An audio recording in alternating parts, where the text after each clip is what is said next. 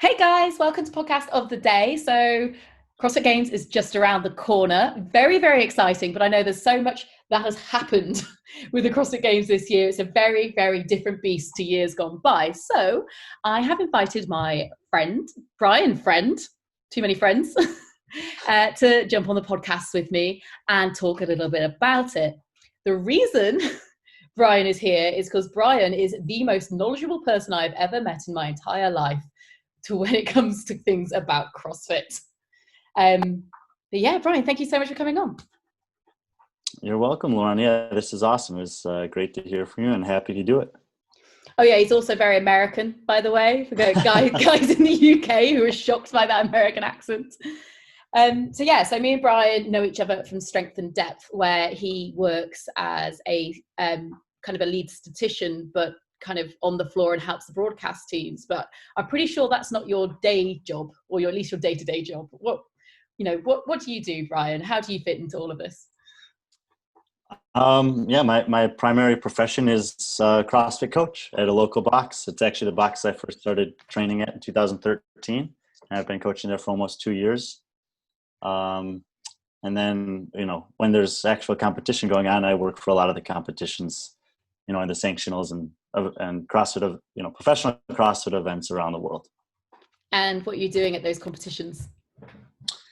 It varies. Almost always includes data analysis and collecting and distributing information about the athletes and their, tendencies, past results, expectations. A lot of it also broadcast coordinating, just making sure that we're getting good information out to the people based on what's happening on the floor and what might be likely to happen event to event.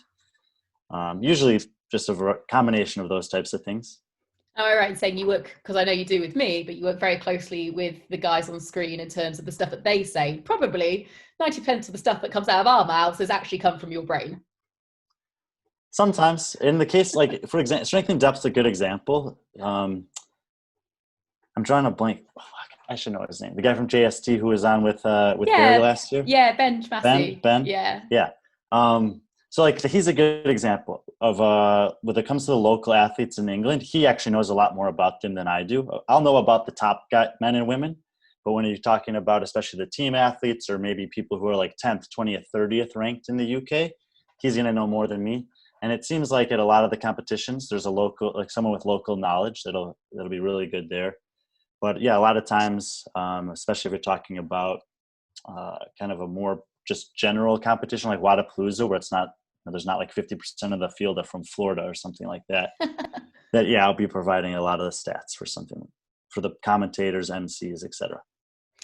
And you've worked with CrossFit in the past, and you've worked a lot of CrossFit Games, but not there this year? I got it. In 2018, I had the chance to be on a podcast out at HQ with Tommy Marquez, and then it went well. So I did a couple of regionals with Sevan Matosian and the old CrossFit podcast before that went away. Then I've worked at the games the last 2 years in different capacities. This year they're having a much more stripped down crew because it's smaller production. So I'm not working for them this year, but the guys I've been in communication with, who I usually work with at the games, are very optimistic about the future of the sport. And, I have reason to believe that in the next couple of years, the sport's going to go places that it's yet to go. Just based on the stuff that I've seen come out of HQ, I totally agree with you. I think it's only going to get bigger and better now Eric Rose has taken reins. But I also heard you recently on Talking Elite Fitness.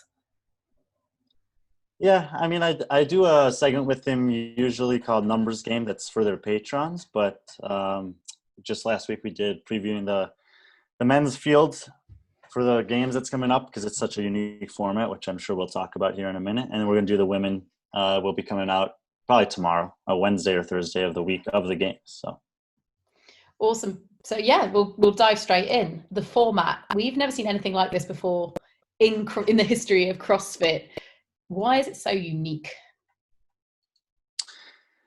Well, a lot of people have been, commending the games team, Dave and Justin and those guys, for really doing whatever they can to try to make sure that a CrossFit Games still happens this year.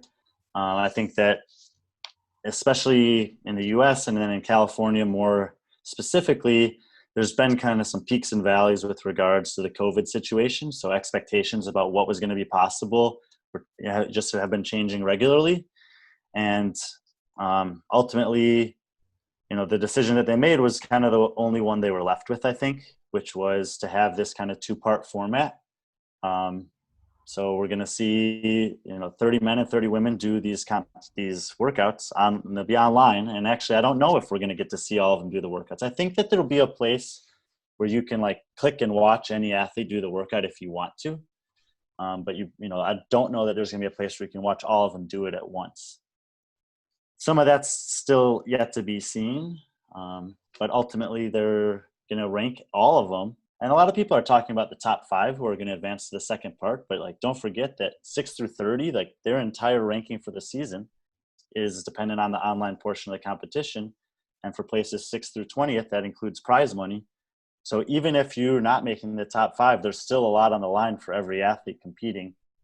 And there's a lot of good athletes that are in the field. So just to give our listeners a little bit of background information, if you're unaware of the new format, it's split into 2 parts. The first part, you've got an online competition which is being hosted in the homes or the home affiliates of the athletes taking part. And that is the top 20 women in the world, the top 20 men in the world, and then the 10 qualified athletes from the sanctional events that managed to happen before COVID shut the entire world down. But the athletes who have been invited from sanctionals, so for example, Brian and I saw Kelsey Keel take home the games ticket live, broadcast to the world, but she is not the athlete going. So Brian, why is that? Yeah, so because of the reduced number of participants this year, so originally they wanted to have a format similar to last year where they'd have national champions from the Open, the top 20 from the Open, and then a bunch of people from sanctionals. We were supposed to have 27 or 28 sanctionals this year. And then you'd have a qualifier from each one, which would not necessarily be the winner, but the highest ranking male and female who had not previously qualified. So in the case of Kelsey, at the time, she was the highest placing female who, in the field who had not yet qualified. But then once they eliminated the national champions and said, we're only taking the top 20 in the Open, there were a bunch of people who had thought they'd qualified through the Open that no longer had, and therefore it affected those sanction events. And in certain cases, someone who had placed higher and had had a previous invitation but no longer did, now took the game spot. So it was, for Kelsey, she's not the only one, but it was a very difficult year because, she's one of these athletes who's worked so hard to get there for so long, and she did everything that she could do that was in her control to make it. And then something that's completely out of her control is preventing her from being able to compete this year. What are your thoughts on it from an entirely kind of human perspective? Is it just a needs must given the situation, including the national champions and none of them being able to participate after working hard as well? Yeah. I think that what you said is kind of just, it's a harsh reality. It's not a good situation. It's not an ideal situation. It's not what anyone wants to see. And I'm sure it's not easy for the guys who have to make that decision either. It's very easy to sit here when we're not involved and be accusatory of them, but there's so many things they have to consider. I think that, the thing that we have to recognize, and maybe this will change going forward, but for the time being, CrossFit HQ's stance on the games is that we're looking for the fittest. They've said, well, maybe perhaps in defense of 2019, but definitely in response to 2019, that they don't care who finishes 2nd through 10th and 30th through 40th. They're interested in finding the fittest, and they feel like they have done that every year, and that's what they're striving to do this year. And if that's your only goal, and we'll talk about the field of athletes who are competing, I'm very confident that the fittest person alive, man and women, is in the field this year for the games. So going back to this format, everything's taking part in the affiliates of the athletes. How are the games making sure that it's equal in lots of different locations all over the world? Yeah, so this is obviously we have the Rogue Invitational as an example to show us that an online competition can work. And if you watch that, then you'll know that Rogue took extreme precautions and a ton of detail, including sending equipment to every athlete, specifying parameters of which they must work out so that their bars were a certain different distance from their rowers. And there's, everything was very exact. In the case of the CrossFit Games, I would say they're being less exacting. They're not sending equipment to everyone, but they did specify an equipment list. So all the athletes know that they have to have certain equipment available, and they've had a couple weeks to make sure that they have that. They know that they have to have a running course, and it has to be a certain distance. So they've had time to prepare for that. CrossFit HQ is sending a judge to every athlete who I'm sure has very specific instructions about what's allowed, what's not allowed, and that they're really going to be the ones making sure that the athletes are adhering to all the guidelines and the rules that CrossFit's imposing. But there's definitely certain things that are not going to be equal for all the participants. And probably the biggest one that comes to mind is the fact that they have to run and that they're all over the world, is that the weather's going to be very different. And if a running workout comes out and it's in the afternoon and you're Noah Olson, who's in Miami, Florida, and it's really hot and humid and sticky and possibly raining in the afternoon there. And that's that's something he has to deal with. And maybe if you're in Iceland in the afternoon in this time of year, it's pretty comfortable to go for a run. So that's a factor that, but similarly to what you said about the smaller size of the field, there's not much they can do about that. I think it's important to test running if you're talking about the CrossFit Games. And if they didn't want to use the assault air runners, or not all the athletes had access to it, going out on the road or the sidewalk or whatever you have and hitting a run is certainly understandable and appropriate to test. And the fact that it has to happen in different temperatures is just something that the athletes have to deal with. I don't know about you, but one of the surprises for me looking at that equipment list was the fact that there was no rings. What are your thoughts there? Yeah. So the equipment list is pretty stripped down. You have a barbell and weights, and we know we're going to see a heavy lift, and we know we're going to see some barbell cycling. You have a pull-up bar, so you get standard gymnastic stuff probably that you'd see in the open: chest to bars, toes to bar muscle ups. Ghg Machine is a new one that you wouldn't have had in an open setting before, or we've never seen in an online format. There's running, rowing, jump ropes, and handstand push-ups, and that's pretty much it.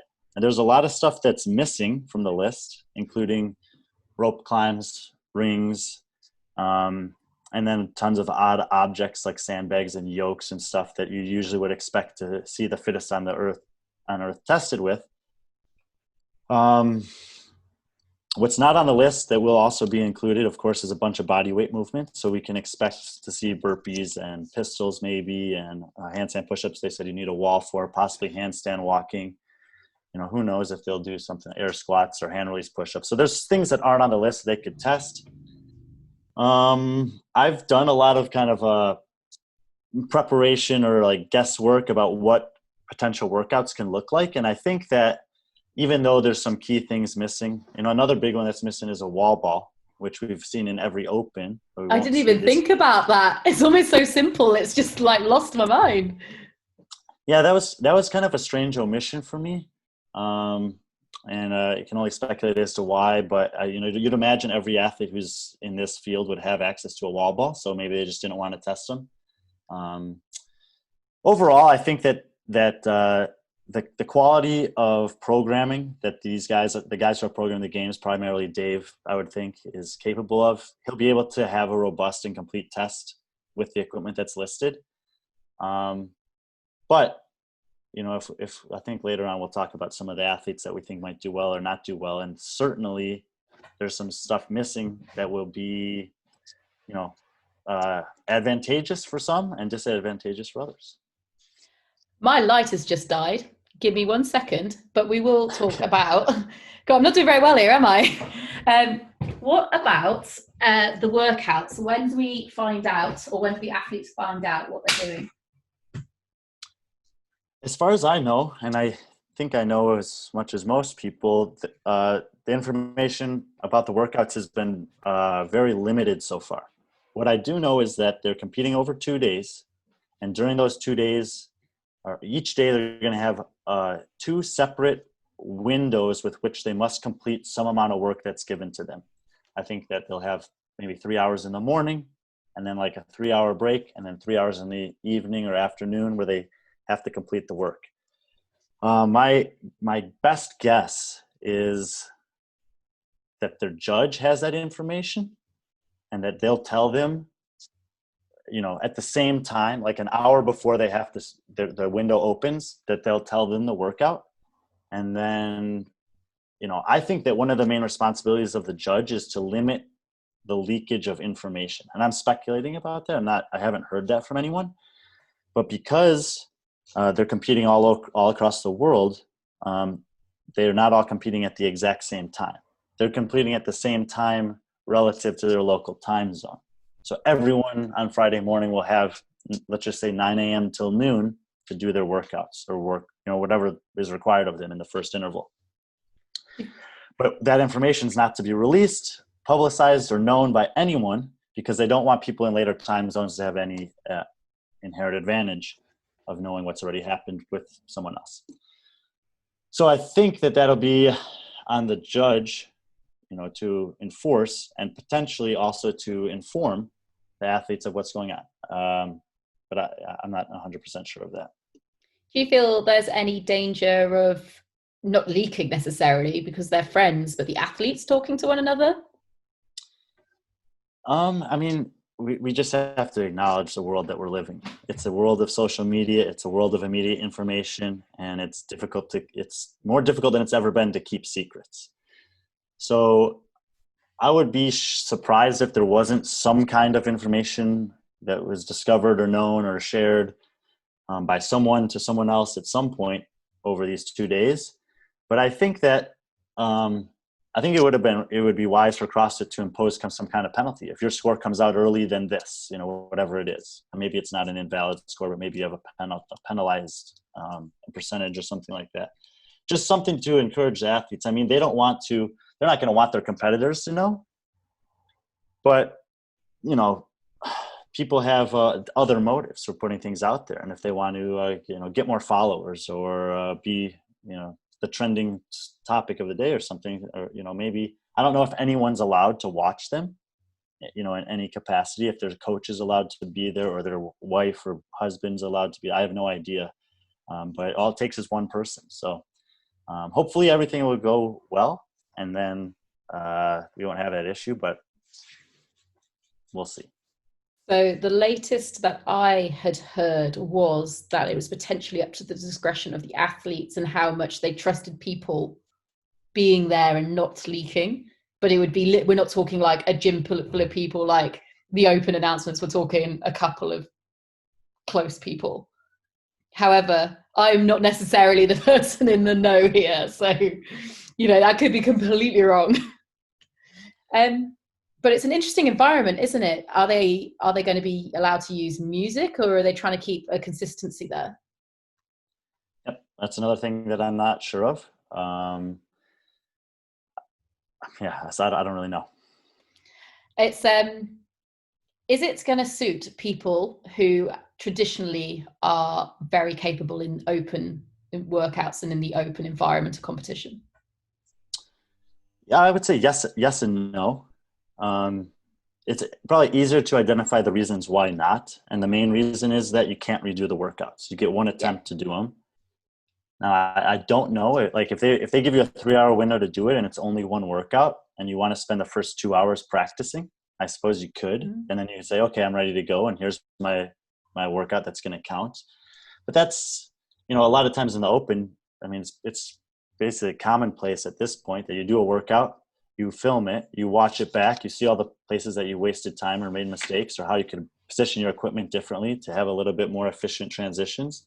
And you do the workout a couple of days later and you improve your score. I mean, all the top athletes, well, most of them, this is what they do. Can't do that for this competition. So, however, when you look at the athletes competing and you look at how they've done in the open historically, no one's going to be that surprised by the names who've had really good finishes because they're the people you'd expect. So that's effectively part one. Part two, yeah, that's only half of it. Part two is the live finals in Aramas, assumingly, and it's the top 5 men and the top 5 women. Mm-hmm. Correct? I mean, that is a Correct. small field of finals, but I guess, like you said, it's what they were potentially allowed to do in COVID. But should one of those 5 be international, do you think they're going to even be able to go there? That's a massive question. And I think it really depends on where they're coming from. I mean, it's a safe assumption that a couple international women, at least, if not the entire field, are going to be, having to travel internationally to get to California. And for example, if Cara Saunders makes it from Australia, I'd be shocked if she's able to go. Australia and New Zealand have been amongst the tightest in terms of enforcements of travel bans and whatever else. If I was Cara Saunders, for example, I would be in communication with my government already, talking to them like, hey, I'm competing in this professional sport. There's a possibility that I'm going to qualify and have to go to California, to the United States, and trying to figure out, like, how can I make that happen? So if I thought I had a chance to qualify as an international athlete, I'd already be pursuing what that would look like with my government to try to, if it's that I have to, come back and quarantine for a month after I come back or whatever, like, I want to know what it is that I have to do and see if there's any kind of application I have to submit or something like this to make that happen. So I think that hopefully the athletes or their managers or whoever are investigating that to give them the best possibility to get to California. Because look, if you finish in the top 5 in this competition, the CrossFit community is going to want to see you compete over there. You have earned the right to be in that top 5, and it's not going to be easy to make it. Who are the automatic kind of winners of this situation? I mean, you mentioned Cara Saunders. There was no way that if the games had happened when it was going to happen, that she was going to be able to go because of COVID. But there's others out there, aren't there? Yeah, I mean, I don't know all the different rules internationally about who would have been able to come then and who might be able to come now. But I would say that if any international athlete, including Canada, so anyone outside of the U.S., is benefiting from this, at least in a small way, which is the fact that they get to participate. And they have a chance. A lot of people wouldn't have had a chance if it had happened a month ago in the U.S. So. You know who jumps to mind? Roman Krenikov. Well, Roman definitely, because he was, he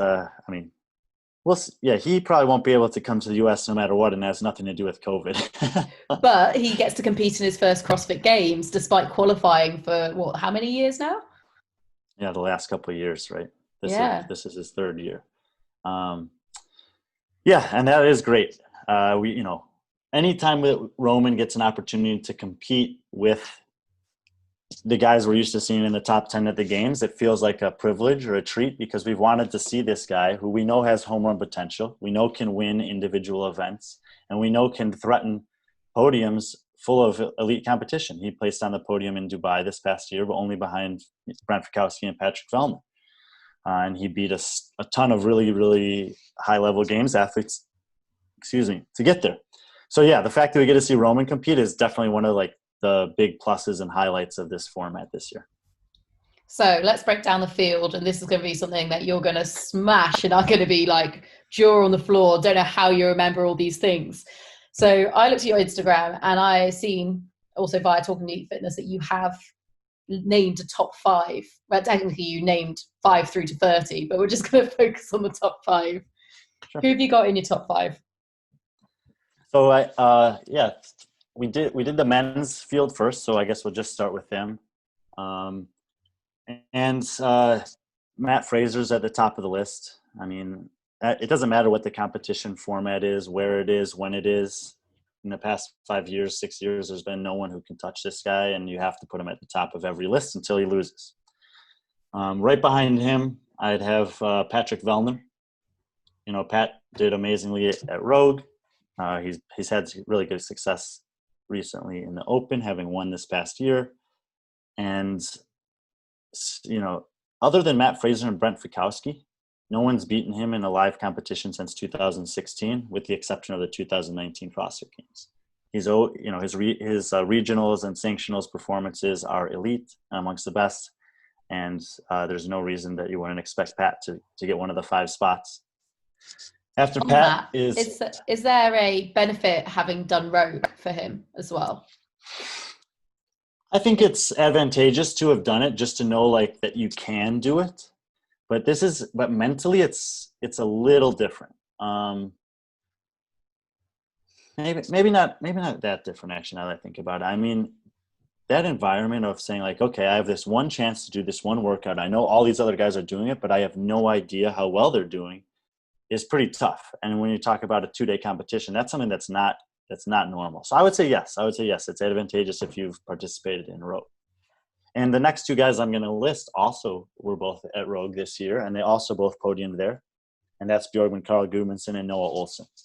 I personally would rank BKG just slightly ahead of Noah for this format and for everything that we're considering. He's incredibly consistent. You know, he's only competed 4 times in sanction events, and he's been first, second, and fourth. He's been on the podium multiple times at the games. He did really well in Rogue. Yeah, I mean, BKG has earned the right to be up there with the top men in the sport. Noah is he's awesome in the open. There was one year where he had a bit of difficulty with the rowing and wall ball workout, but there are no wall balls in the competition this year, so that might be good for him. But he's really consistent. He didn't have the greatest showing at Rogue last year, but this year he was third. He got on the podium. He was third at Wadapalooza the last 2 years. And he's regularly up there at the top. Obviously, he was really good at the games last year. And there's just not that many things that he's bad at, you know? So I think he'll be consistent enough across the board to take a spot. And for me, that's where like those are the 4 obvious picks on the men's side. And after that, it gets pretty difficult.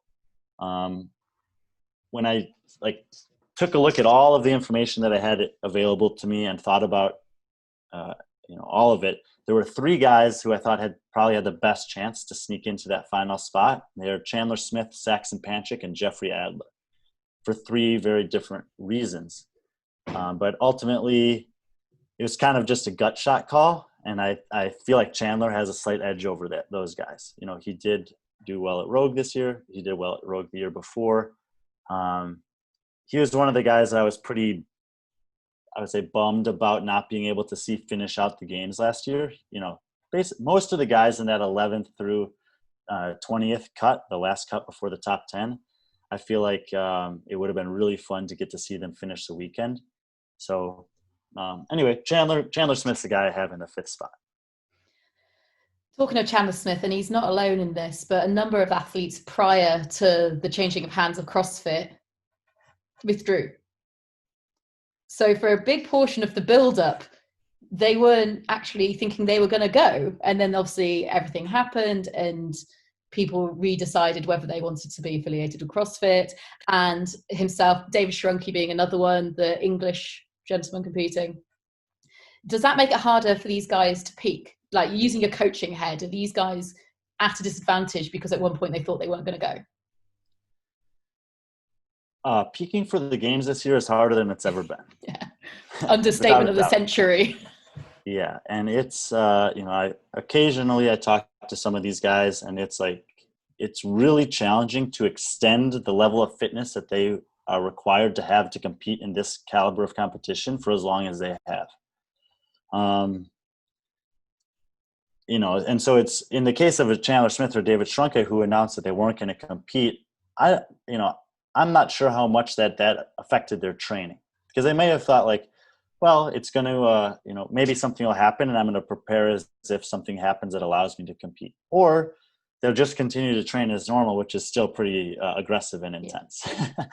So I think that most of the guys and girls, I think they'll be ready, but definitely it's been a stressful summer for them, because I'm sure that they've, been ramping it up and then had to back off a little bit, and been ramping it up and had to back off a little bit multiple times in the last 2 to 3 months. So the only thing that when I looked at that, I was like, oh, okay, that's interesting. for me, was your placement of Noah Olsen, given his success last year. What was the reasoning for the positioning of Noah under, say, BKG and Velnan? Well, there's actually nothing that's happened in the sport of CrossFit ever that's made me think that either one of those guys can beat Pat Velnan in a live competition. The 2019 CrossFit Games to me is an anomaly, and has to be disregarded when you're evaluating the competition, because every other statistic points to the fact that it's the outlier and everything else is the norm. Like I said, if CrossFit's only objective was to find the fittest in 2019, they certainly did. But Matt and Tia will probably win regardless of the format. And so that's not really a credit to CrossFit. That's just a credit to the fact that those two individuals are so fit that it doesn't matter if you screw up the format or the programming or anything really. After Matt Fraser, I think that Velnan is clearly the fittest. His performances, consistency across everything that he's done in the past several years show that. I think between BKG and Noah Olsen, it's really tight. I think some of the stuff that's missing from the competition is a little bit more advantageous for BKG than for Noah, and some of the stuff that's included is maybe a little bit better for BKG also. But I don't know. I don't know how many events are going to be. I'm guessing between 6 and 8. I think there's going to be a 1 rep max. I think that favors BK a little more than Noah. I think there's going to be some running in the competition. I think that's a wash, but so I don't know. I just think BK is a little more consistent across the board than Noah is.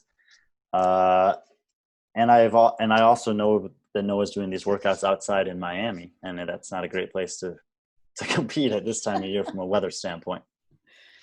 The other thing that's really noticeable about this games, as opposed to games gone by, is because of the format, there isn't like a curveball workout thrown in. There is no crit.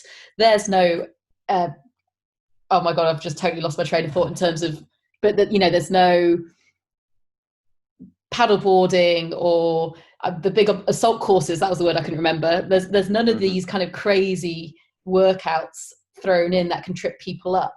But at the same time, there's also none of those workouts that can push someone from a 20th place athlete up to a top 5 contender. So how does that fit in with how you've chosen your top 5, 6, 7, 8, 9, 10?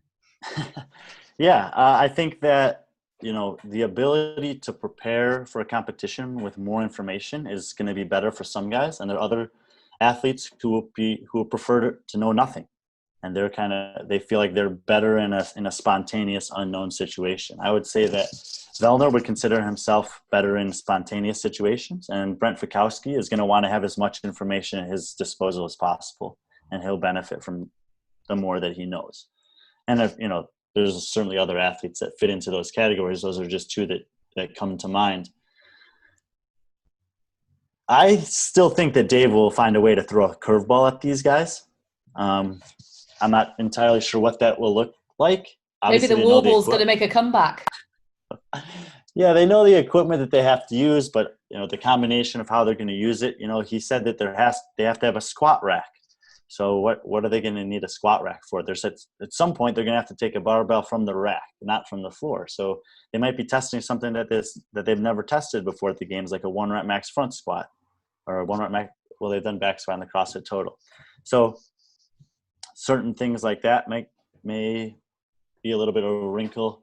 I think that, they've said they have these 4 time slots to compete, but there'll be multiple scored events within at least some of those time slots. So maybe they have a 2-part workout similar to, a marathon row, where they have to do something as a buy-in, but it counts as a scored event. And then they have to finish the event, and that counts as another scored event. So maybe there's an opportunity for something like that, or they could have something like the ringer 1, ringer 2, or the bicouplet 1, bicouplet 2, where there's 2 back-to-back workouts. And, in those cases, they were like kind of similar style workouts, but they don't have to be. It could be something where you do a 2K row for time, and then at the 10-minute mark, you suddenly start a triplet of 3 gymnastics movements. And that might be a different kind of way to catch the athletes off guard. So there's tons of different ways that Dave could change things up, give them some kind of format that they're not used to, combine some workouts to make something unexpected or different. And he's the master of doing that. He does it. He gets them every year with something, and I'm sure that he'll have something unique for him in this format too. Literally no doubt about it. He's pretty good at that, isn't he? So what about you women? I don't want to steal the big release, so we can talk about it generically rather than 1, 2, 3, 4, 5. Who do you see being in the top 10 of the women's competition in general? I actually, no, I have no problem talking about the women specifically. I actually think that the women's and men's field at the top mirror each other a little bit. Obviously, you have Matt and Tia, who are the clear favorites, and some people might say that Sarah deserves to be in contention with Tia for possibly winning the online portion of the competition because of her open performances. Tia's never won the open. This year, I think she was 4th, was her best finish, and Sarah's won it multiple times. But Tia smashed her in Rogue, and she smashed everyone else in Rogue. As I say, it's a very different circumstance, isn't it? I don't think you can base Tia's open performances on the fact that it's the games, because she'll step up. Yeah, she doesn't ever. You don't need to win the open. She's always done what she needs to do in the open, and in this case, she needs to finish in the top 5. But I have a feeling that she's going to want to win. So I'd say Tia's at the top. I think it's only fair to put Sarah right behind her. And I think there's 2 other women similar to BKG and Noah who deserve to be kind of acknowledged as the next 2 in line in this format in particular, and that's Cara Saunders, who we already mentioned, and Jamie Simmons. Maybe that's a surprise. Maybe Jamie's a surprise because I'll talk about this in a second. The women's field is loaded. It is really, really deep and really, really stacked, and I think that there are 16 women who have a chance to get into the top 5. But Jamie is exceptional in the open. There's nothing that she's bad at. She can lift heavy, she can go long, she can go fast, she can win workouts. I'm fully expecting to see something with high volume gymnastics on a pull-up bar, and she's amongst the best in the world at that. If you look at her open performances in the last couple of years, she hasn't had I don't think she's had a finish outside the top 50 worldwide.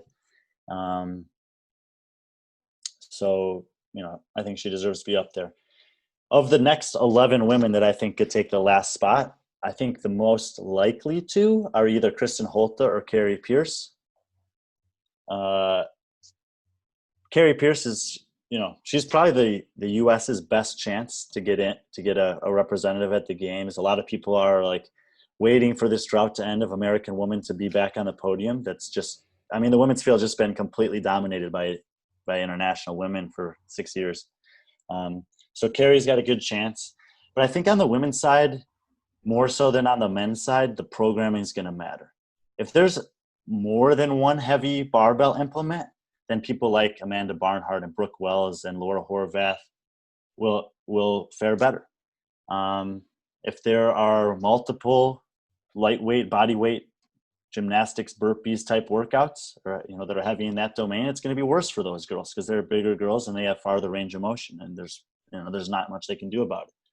If it's well-balanced programming, which I hope that it is, there's a couple other girls that Gabriella Magala, Karen Frey, and Emma Mcquaid, who I'm really curious to see how they do because, man, it's really, really hard to get in the top 5.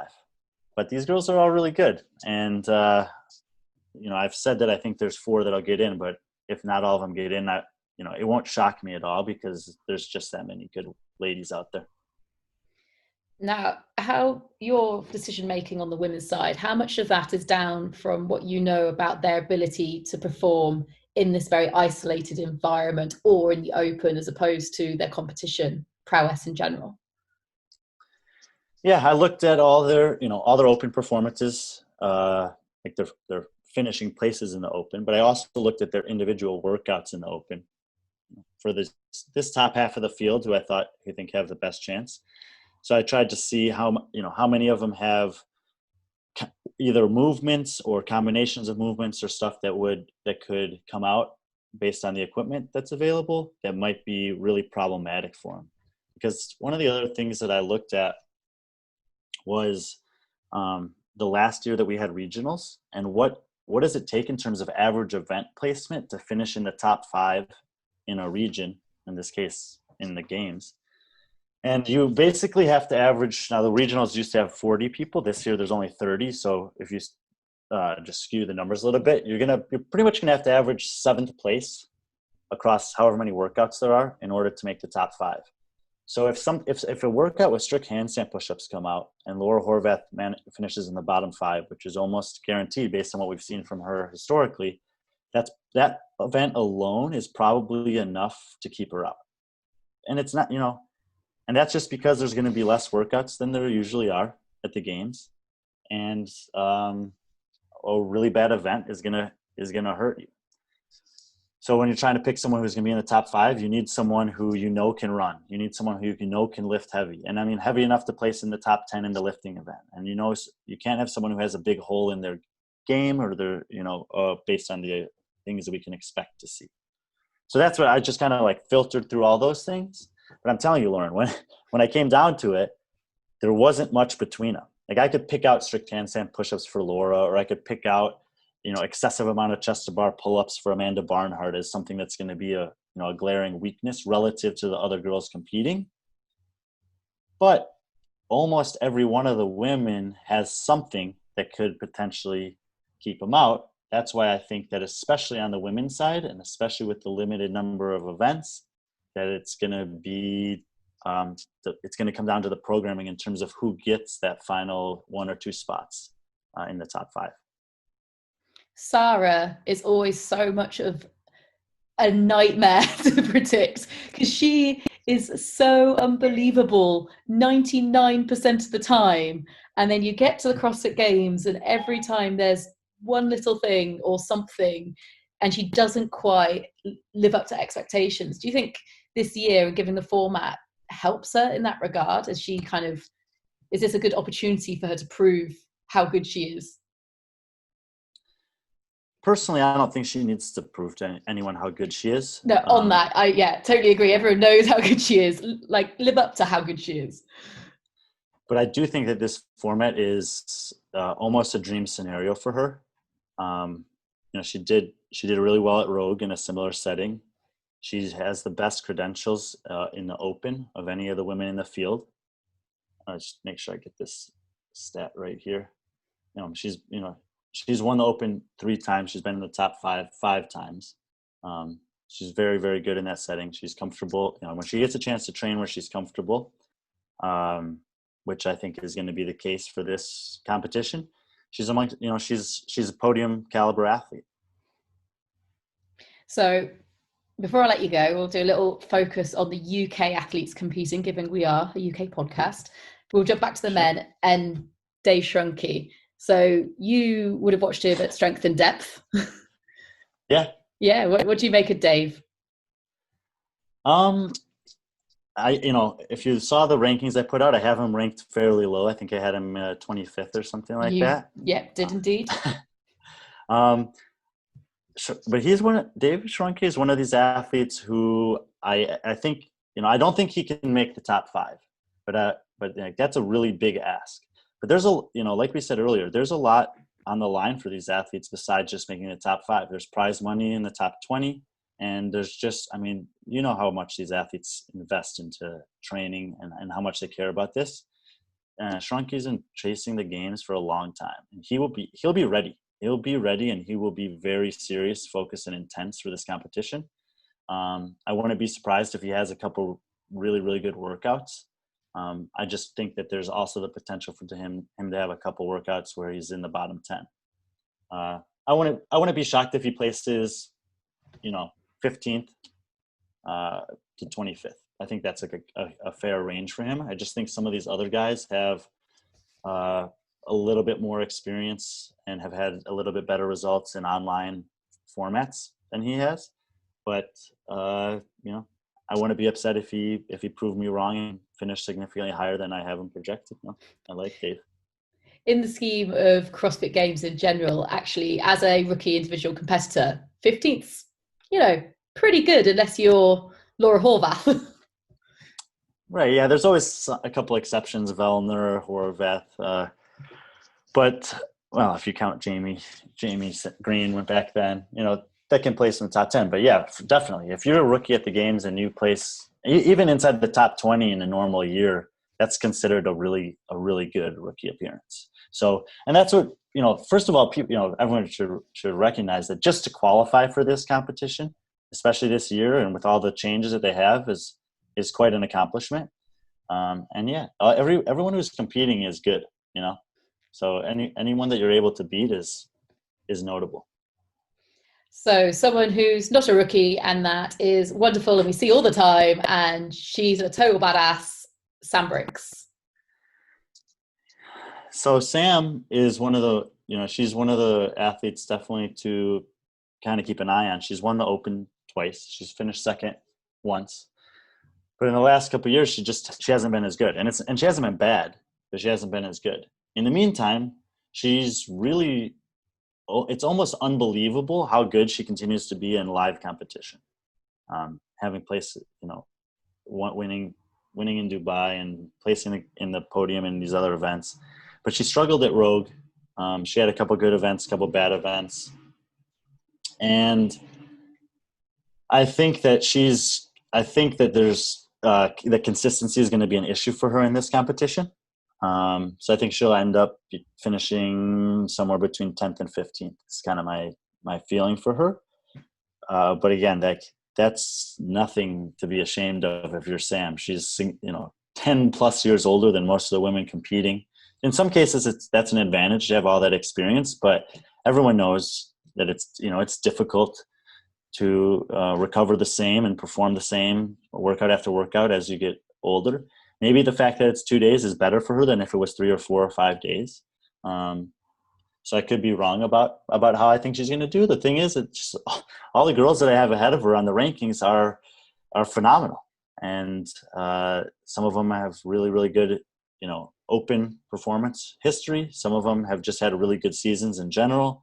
Some of them I think are on the ascendancy and coming into the prime of their careers, as opposed to Sam, whose best years are even, just as incredible as she is still now, her best years are behind her.